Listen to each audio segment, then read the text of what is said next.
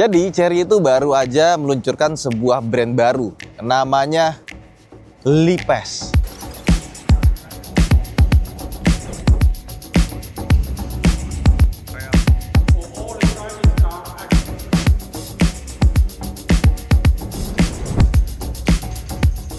Lepas, artinya Lip and Passion, dan katanya mobil ini terinspirasi dari Leopard. Ya sekilas kalau kita lihat pertama kali, tampang depannya Chery banget. Iya, ini kayak Tiggo 8 ya, tapi lebih pipih. Dan Tiggo 8 yang facelift itu nyambung juga bagian sininya ya. Tapi karena dia itu menyasar segmen yang lebih muda ya kan, dan di atasnya Tiggo 8 gitu ya. Jadi bisa kita lihat lekukan-lekukannya itu ada mirip-miripnya sama Porsche ya. Terutama di bagian sini nih. Tuh. Ini tuh ya, mahal nih rasanya nih, Porsche banget. Jadi kalau dari belakang ini mirip kayak Porsche Macan. Wih. Tapi tetap ada tulisannya lepas ya. Sebenarnya kalau gua tanya waktu launching brand, gua tanya ke orang-orang yang luar negeri gitu ya. Nah, kan ini media semuanya dari internasional ya, bukan media lokal gitu ya. Pasti ngomong Lipace gimana pendapat tentang namanya. Menurut mereka tuh namanya bagus. Masuk Indonesia nama lepas juga lucu sih. Jadi nanti pasti waktu lagi launching gitu ya, keluar harga, melepas harga dengan harga sekian gitu. Dan kalau kita lihat ya, dia kan segmennya lebih ke atas. Jadi nggak sampai ke Lexus sih, tapi di atasnya Chery Tiggo biasa. Jadi harganya pasti akan lebih mahal dan kelengkapannya juga lebih bagus. Bahkan katanya dia bisa parkir sendiri. Nah, cuma nggak tahu yang masuk ke Indonesia nanti kalau misalkan masuk bisa parkir sendiri apa enggak. Nah, ciri khas dari lepas dia punya mata leopard kalau malam. Jadi garis ada V-nya di bagian sini ketekuk ya, baru seperti ini. Terlihat keren ya. Kalau dilihat langsung tuh karena dia lebih rendah dan jarak antara ban ke kap mesin itu fendernya lebih tipis gitu ya dibanding Tiggo 8. Emang kelihatannya lebih sporty dan dinamis. Dan grillnya ini sebenarnya yang menurut gua masih kelihatan Chery Tiggo-nya gitu loh.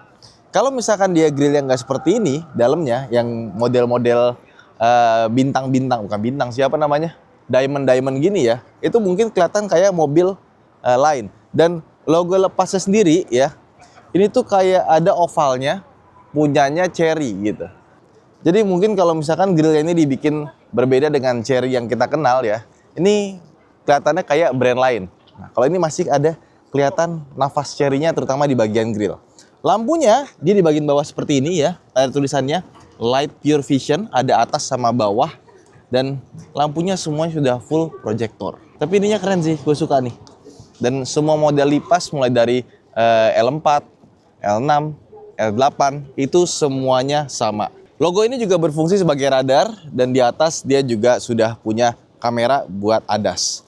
Nah, dia ini ditujukan buat pasar internasional sebenarnya, bukan buat Cina. Makanya kalau misalkan di Tiongkok itu biasanya rata-rata tuh mobil dia punya banyak kamera, ada kamera di sini. Terus ini apa ini? Oh, ini kamera juga, ini kamera lagi. Biasanya buat autonomous driving dan ada tonggolannya di atas buat LiDAR-nya. Kalau ini nggak ada karena buat pasar internasional. Dan lihat pintunya, handle-nya bukanya seperti ini ya. Jadi sebenarnya dia masih manual, belum yang digital. Dan gue lebih suka yang kayak gini sih dibanding yang kebuka otomatis gitu ya. Kalau yang kayak gini tuh masih ada rasa mekanikalnya, enak ya. Bodinya juga tebel ya, seperti mobil Chery pada umumnya. Dan pilar C-nya tuh dia dibikin lebih landai. Kalau Tiggo tuh dibikin lebih tegak ya.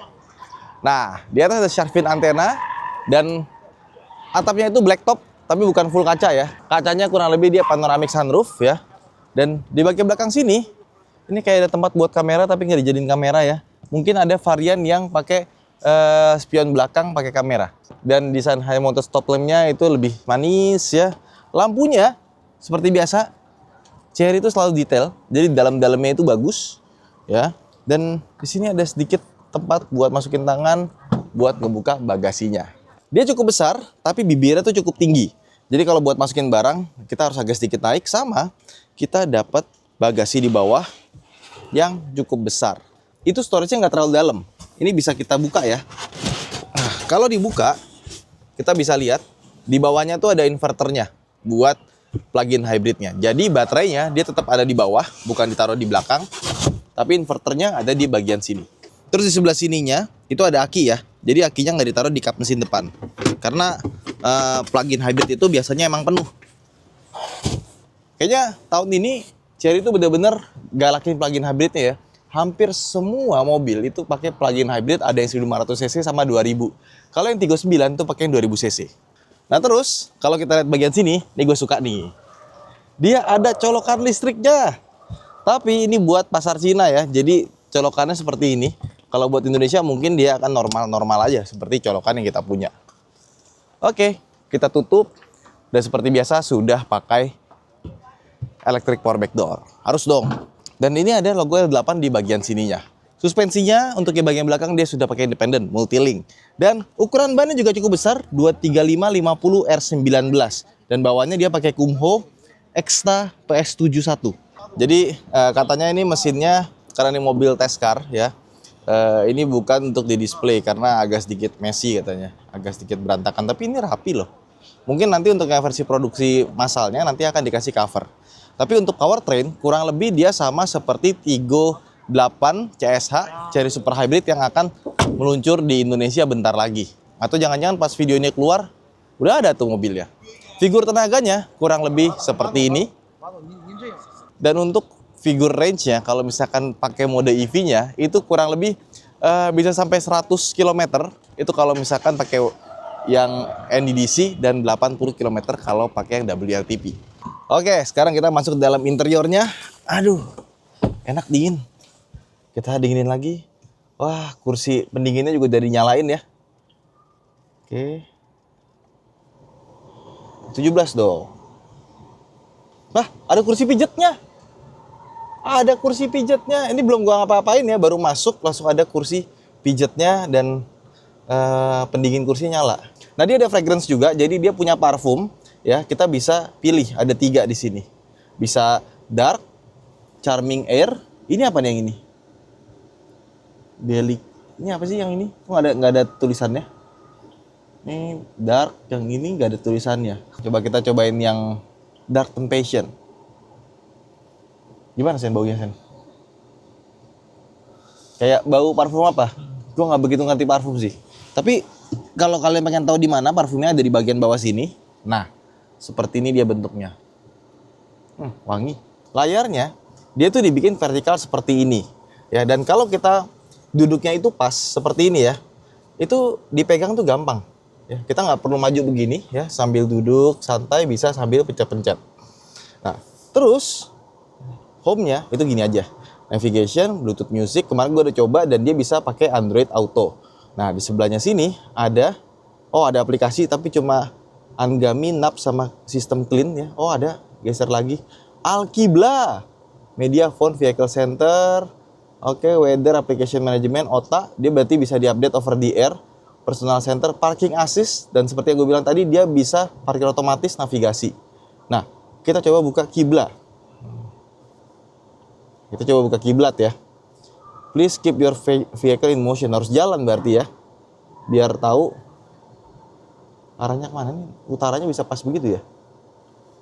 Oke. Terus Android Auto juga sudah wireless. Kita masuk ke setting di sini. Ada quick control. Nah, gambarnya masih JQ. Kayaknya ini software masih sama ya. Karena ini masih pre-production model yang seperti bilang tadi. Vehicle setting, driver assistant, connect, sound, voice, display, sistem, ada banyak sekali. Into the future. Jadi kalau kita cobain audionya, dia tuh kurang lebih kayak Tiggo 8 tapi yang Pro Max. Yang premium sama Pro Max itu beda.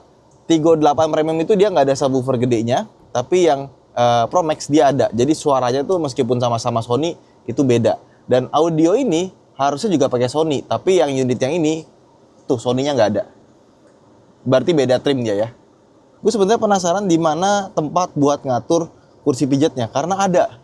Tadi waktu masuk dia langsung mijet gitu loh. Ya, cuma tiba-tiba hilang. Kayaknya emang softwarenya masih belum fix ya. Terus di sini ada untuk sound ya.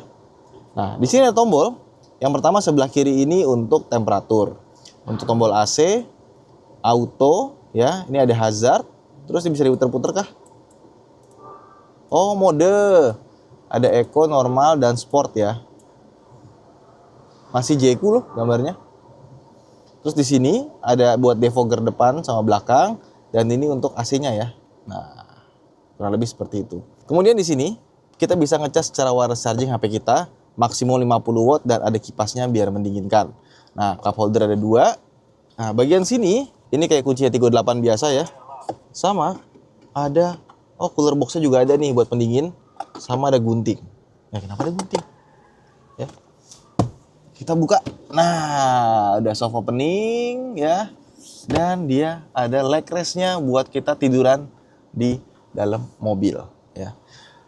Build quality-nya bagus, solid, dan rasa interiornya menurut gua ini interiornya lebih mewah sih dibanding Tigo 8 ya. Gue suka padu padannya pas ya, hijaunya juga nggak norak ya.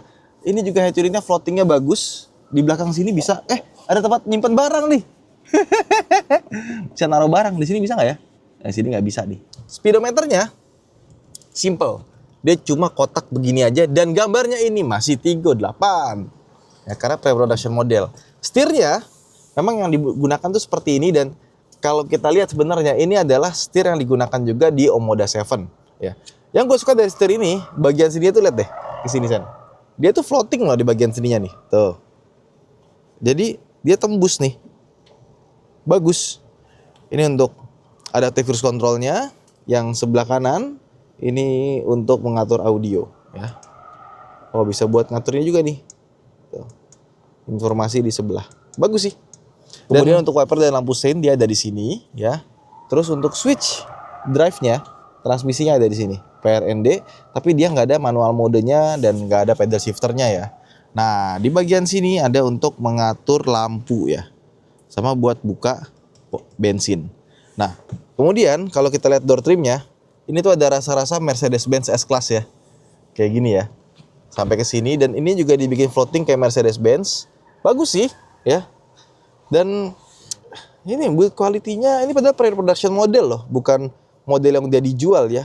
Tapi udah sebagus ini ya. Tombol-tombolnya juga bagus. Dan lihat nih, ada pengatur buat spion. Iya, gue suka sebel sama mobil-mobil zaman sekarang yang spionnya itu harus diatur menggunakan touchscreen. Ini masih ada tombol fisiknya. Dan ini tombol fisiknya baru ya. Artinya gue nggak nemuin di mobil Chery yang lain.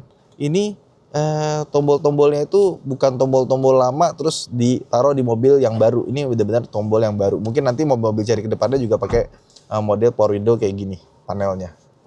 Nice. Ada tempat penyimpanannya ada di sini. Nah, sama pedal-pedalnya kurang lebih seperti ini. Nice. Ini dibanding Tigo 8 ini terasa naik kelas ya. Mungkin ini adalah Chery yang paling bagus interior pernah gua masukin selain Exit dan look seat. Sekarang kita ke belakang yuk. Di atas dia ada ini ya. Lampu sama kaca. Kacanya panjang banget. Sun visor-nya nih.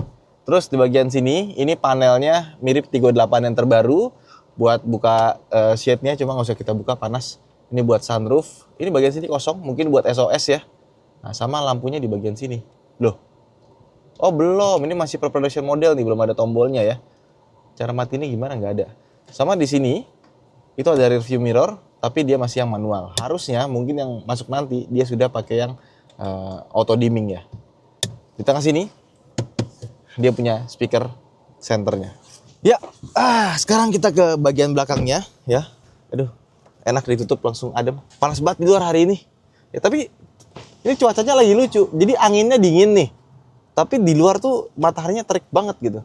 Dan door trimnya itu nggak mengalami penurunan kualitas. Masih sama bagusnya ya. Artinya sama, ada ini nih. Bedanya sama yang depan. Jadi kalau misalnya kita buka pintu, ada mobil lewat atau motor lewat di samping, dia ngasih warning nih. Nah, sama dia juga punya Twitter, punya speaker di bagian belakang ya. Bagian handle pintunya juga bagus ya. Power window-nya udah all auto semua ya. Ini juga gede ya tempatnya ya, jadi buat kita naruh tangan tuh enak. Sama kita juga dapat ini. Nah, armrest. Nah, biasanya Chery itu ya kalau bikin kursi belakang itu lumayan rebah. Dan ini bagian, masih bisa direbahin lagi dikit. Aduh, enak ya. AC dia ada di sini nih, tapi nggak bisa diatur berapa kecepatannya, jadi ikut sama yang depan. Ada colokan USB dan USB-C buat ngecas HP, dan HP-nya taruh sini nih. Ini ada power bank siapa nih ya? Dan sebelah kanan sini kita dapat meja, dan mejanya ini mewah loh. Dikasih lapisan kulit sintetis juga ya. Ditutup pun juga kokoh loh. Ya, sama di sini tempat penyimpanan ya. Ini warnanya bagus ya. Sama buat isofix-nya dia bisa dibuka tutup gini loh.